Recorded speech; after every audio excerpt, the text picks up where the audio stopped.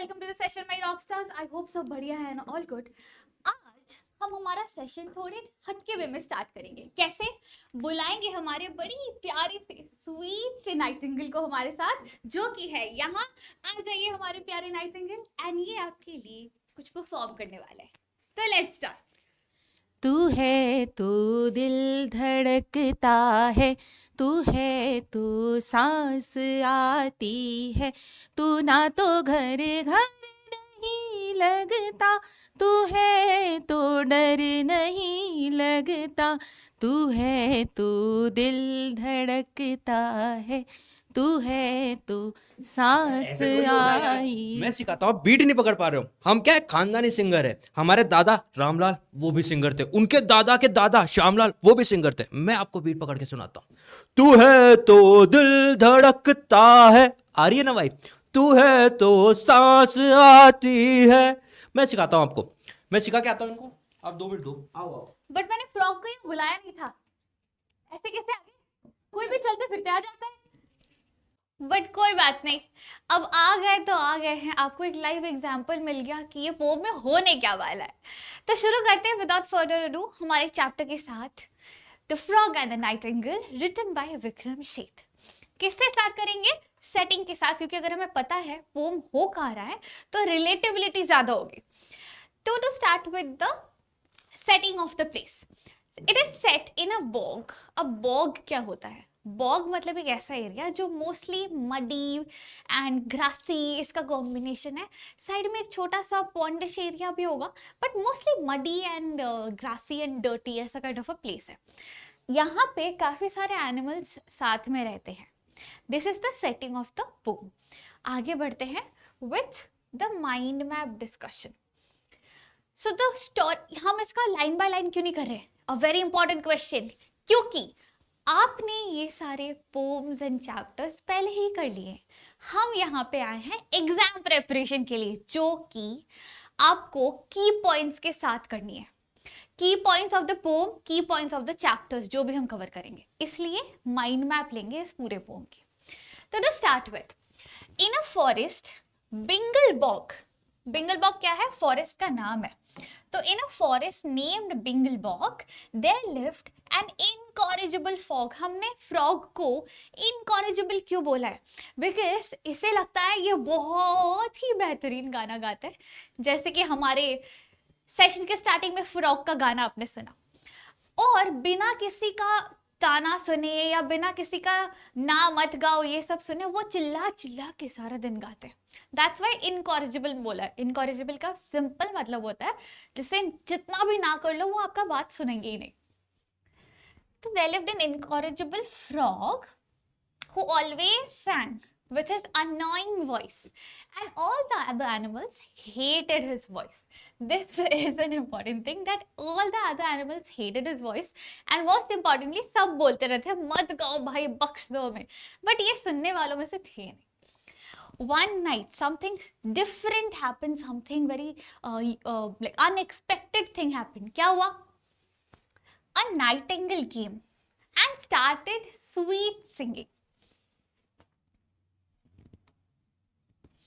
बहुत ही प्यारा, हमें पता ही है नाइटिंगेल का गाना कितना प्यारा होता है, कितना स्वीट साउंड करता है, राइट? हर किसी को पसंद आता है। तो वैसे ही बहुत प्यारे सुर में, आवाज में पूरा रात गाना गाए। एंड उनका गाना सुन के जो भी उस बॉग में रहने वाले एनिमल्स, बर्ड्स, वो छोटे से पॉन्ड में फिशेस, डक्स थे, वो बहुत ही इंप्रेस होने लगे एंड तालियां बजा के बोला वंस मोर, वंस मोर। तो वो पूरी रात वो नाइटिंगेल गाना गाई थी एंड उनको बहुत सारा एडमिरेशन मिला from every other creature present there. ना इससे क्या हो गया? हमारा फ्रॉग बिकेम जेलस। जल कुकरू फ्रॉग हमारा, उससे ये बर्दाश्त नहीं हुआ कि कैसे इस नाइटिंगेल को हर एक ने इतना शाबाशी दिया, इतना ताली बजाया, और जब मैं गाना गाता हूँ सारे बोलते हैं निकलो यहाँ से, भगाओ इसको, ये तो सही नहीं है, मुझे कंपटीशन नहीं चाहिए अपने जगह में। तो उन्होंने सोचा एक प्लान के साथ आते हैं कैसे इस नाइटिंगेल से छुटकारा पाए। So he came decides to do away with the bird. Do away मतलब उनसे छुटकारा पाना। Now the frog said that the tree belongs to him and he is famous for his fine sound and his own songs. तो एक दिन क्या हुआ, पहले नाइट तो बहुत शाबाशी मिली, दूसरी रात जब नाइटिंगेल गाना स्टार्ट ही करने वाली थी, फ्रॉग महाशय आए, बोलते क्वैक क्वैक। तो उन्होंने बोला, आप हो क्या फ्रॉग, आपने बुलाया मुझे? तो बोलते हैं हाँ, एक्चुअली ये जो आप पेड़ पे बैठे हो ना, सुमैक ट्री, ये मेरी ट्री है, और आप जो गाना गाते हो ना उसका भी कुछ मतलब बहुत अच्छा नहीं है, क्योंकि उसमें कुछ नुक्स है, थोड़े ट्यून्स चेंज हो सकते हैं, थोड़े और बेटर गा सकते हो, थोड़े इमोशंस को पावरफुल गा सकते हो। तो बर्ड को ऐसा लगता है कि अरे वाह, पहली बार कोई गाने का क्रिटिक मुझे गाने को लेके सिखा रहे हैं, बोल रहे हैं। वो बोलते हैं थैंक यू सो मच ये क्रिटिक के लिए, मैं एक और गाना गाऊं, अब बता दो मुझे कि सही है कि नहीं। तो फ्रॉग बोलता है नहीं, सुनो, तुम्हारा जो गाने का हालत है उसको सिर्फ मेरे जैसे ही कुछ ज्ञानी टीचर्स या ज्ञानी सिंगर्स सिखा सकते हैं या सुधार सकते हैं। तो अगर तुम्हें मुझसे सीखनी है तो एक छोटा सा वो पेमेंट तो करना पड़ेगा, ऐसे फ्री में तो मैं नहीं सिखाऊंगा, एंड वो पेमेंट बहुत मतलब ज्यादा नहीं होगा तुम्हारे लिए, तुम इजीली पे कर पाओगे, बट बोलो मुझसे सीखने के लिए मंजूर हो, रेडी हो? तो नाइटिंगेल सोचती है अरे वाह, मुझे किसी ने कभी गाना नहीं सिखाया, नेचुरली मुझे जितना आता है मैं तो उतना ही गाती हूँ, हाँ सीख लेते हैं। तो बोलते हैं हाँ हाँ फ्रॉग मास्टर प्लीज मुझे सिखा दो। ऐसा चल रहा होता है। And then, upon being asked for the Nightingale songs, the frog said it was not too bad, but she needed more powerful technique. तो ये powerful technique सिखाने के लिए frog started training the bird. Problem ये हुआ था ना कि उन्होंने क्या बोला था, मतलब पेमेंट देना पड़ेगा, फीस देना पड़ेगा। फीस के हिसाब से वो क्या कर रहे थे, कॉन्सर्ट करवा रहे थे बर्ड से पैसे कमाने के लिए। तो हर रात वो बर्ड को बोलते थे गाना गाओ और जोर से गाओ। अगर वो जोर से गाना गाती है तो अलग अलग जगह से हर एक क्रीचर जो भी बॉग के आसपास भी रहते थे वो आके सुनना चाहते थे, और जब भी कोई क्रीचर आके उनका गाना सुनना चाहे तो फ्रॉग जाके उनसे कॉन्सर्ट में आने के लिए पैसे लेता था कि अंदर आके गाना सुनना है तो पैसे दो, अंदर जाओ, टिकट काटो, ऐसे। एंड रात को ऐसा चलता रहता था, हर रात वो गाती थी, उसके गाने से फ्रॉग पैसे कमाता था। एंड सुबह में, दिन में, इवन एक दिन बारिश हो रही थी, तब नाइटिंगेल को बिल्कुल मन नहीं हो रहा था कि नहीं मुझे नहीं गाना, बिल्कुल मन नहीं कर रहा। फ्रॉग बोले मैं टीचर हूं, मैं बोल रहा अभी शुरू करो, आ करके चिल्लाना शुरू करो, गाना शुरू करो। तो उसका बात सुन के वो दिन में भी प्रैक्टिस करती थी, रात को गाना गाती थी। ऐसे करते करते she becomes very weak, she started growing very weak out of singing and without rest. और कुछ दिनों बाद ही ऐसा हुआ कि जो गाना वो गा रही थी ना नाइटिंगेल, धीरे धीरे वो कोर्स आवाज आने लगा, मतलब वो सुरीला ना रहा, वो बड़ा ही प्लेन सा, ब्लैंड सा, ऐसा लग रहा था कोई ऐसे करके कोई चिल्लाई जा रहा था, गाना नहीं गा रहा था। तो लोग आना बंद कर दिए। इससे क्या हो रहा था, फ्रॉग को पैसे नहीं मिल रहे थे, तो फ्रॉग ने उस पर चिल्ला दिया कि भाई सही से गाना गाओ, क्या प्रॉब्लम है तुम्हारी, सही से तो गा रहे थे, हम सिखा रहे थे और तुम सीख रही थी, बट अभी सडनली क्या हो गया। तो ये डांट सुन के हो गई हमारी बर्ड एकदम सैड। एंड इसी समय फ्रॉग एक सजेशन देता है कि जोर से हवा अंदर लो, लंग्स को फुलाओ और उसी पावर के साथ गाना गाओ। तो गुस्से में, सैडनेस में नाइटिंगेल सोचती है ये जो बोल रहे मैं अभी वही करूंगी। एंड जैसे ही वो जोर से पावर इनहेल करके लंग्स फुलाने का कोशिश करती है, हर वेन्स टेयर एंड वो ऑन स्पॉट मर जाती है। She ultimately dies due to a vein burst, उनका एक नर्व बर्स्ट हो जाता है। एंड जैसे ही वो बर्ड मर गई तो फ्रॉग का रास्ता खुल गया कि मेरे कंपटीशन के लिए गाने के लिए कोई है ही नहीं पूरे बॉग में, अब मैं अकेला हूँ। फिर वो लोगों को ऐसे बोलने लगा कि she was foolish bird and she should know that one's song must be one's own। मतलब मैं जितना भी उसको बोला कि मैं सिखाता हूँ वगैरह वगैरह, उससे अपने भी कॉन्फिडेंस होना चाहिए था भाई कि ये मेरा गाना है, मतलब मैं एकदम बेस्ट गा रही हूँ। बट उसे लगा नहीं, उसे मेरी गाइडेंस की ज़रूरत है। वो बुद्धू थी, फूलिश थी, स्टूपिड बर्ड थी, जो मर गई अब, ऐसे करके सिंपैथी दिखाने लगा वो, and that is how the pome ends. ठीक है, ये थे हमारे पोम के की पॉइंट्स। आते हैं टू द कैरेक्टर डिस्कशन। कौन कौन से कैरेक्टर है हमारे पास? है फ्रॉग, जो कि बहुत ही जेलस टाइप ऑफ कैरेक्टर है, बहुत ही ज्यादा सेल्फ ऑब्सेस्ड है, इनकॉरिजिबल है, क्योंकि वो किसी का ना मतलब ना सुनना ही नहीं था उन्हें, वो भै भै भै भै करके गाते ही रहते थे पूरा दिन। एंड फिर हमारे आए नाइटिंगेल, जो कि बहुत प्यारा गाती थी, नेचर वाइज भी बड़ी प्यारी बड़ी स्वीट सी थी, बट फ्रॉग के इन्फ्लुएंस में आके मर जाती है इनली। तो उनका एक और क्वालिटी है नाइटिंगेल का कि वो गलेबल थी, मतलब किसी की भी बातों में इजीली आ जाती थी, इनोसेंट थी।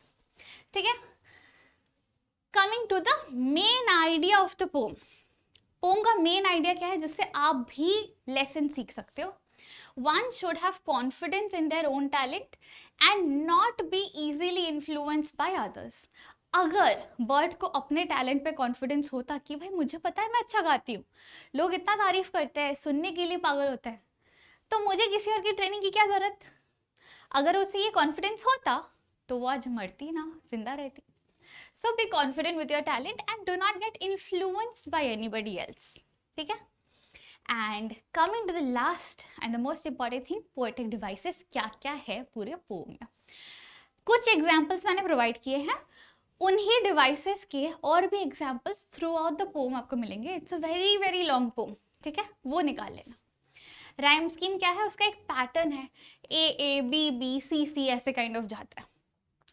पोम में ओनोमैटोपिया है, उसका एक एग्जाम्पल है क्रोक्ड।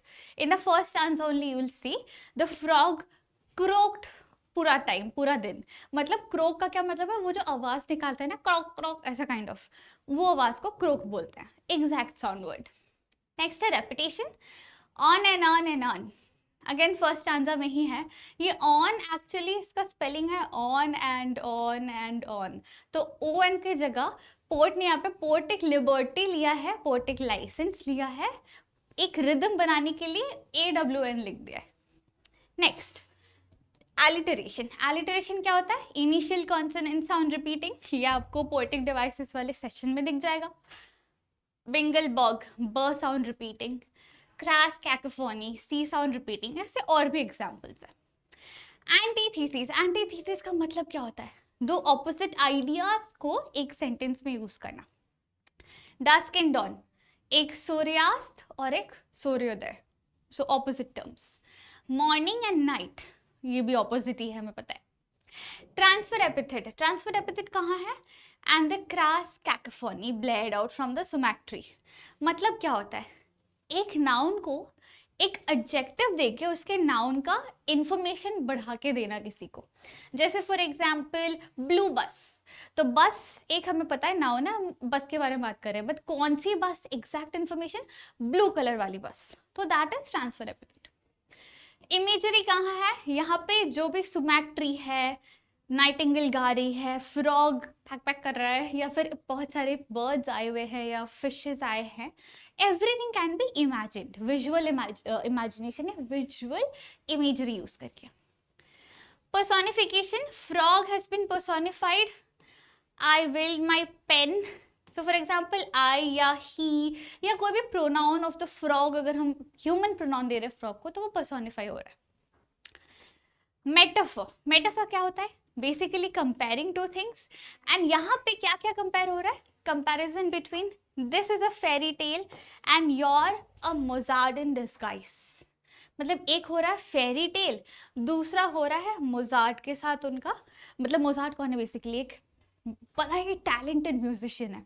तो फेरी टेल कहानी के साथ एक रियल लाइफ म्यूजिशियन का डिस्कशन या कंपैरिजन हो रहा है। नेक्स्ट अल्यूजन, अल्यूजन क्या होता है?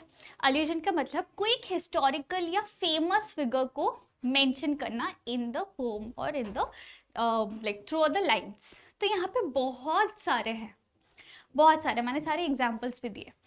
For example Mozart, Duke of Kent, Malad, milady Trent, earl of sandwich, duck of Kent, बहुत बहुत सारे एग्जाम्पल्स हैं। ये सब कौन है? पास्ट के कुछ फिगर्स है, हिस्ट्री के कुछ फिगर्स है, उनको यहाँ पे डाला गया है। So these were your poetic devices. एक और है जो मैंने बोला है, पोएटिक लाइसेंस या पोएटिक लिबर्टी, जैसे भी बोल लो, क्योंकि यहाँ पे ऑन एंड ऑन को AWN ऐसे टाइप का लिखा है उन्होंने। So that's it guys, this was all for the poem. मिलते हैं हमारे नेक्स्ट लेक्चर में। Till then stay happy, stay smiling. Please make sure आप ये पोम को वापस से पढ़ो और जो भी हमने डिस्कस किया वो एनालाइज करो। Till then stay happy, stay safe, take care. Signing off your teacher Magnolia. Bye bye.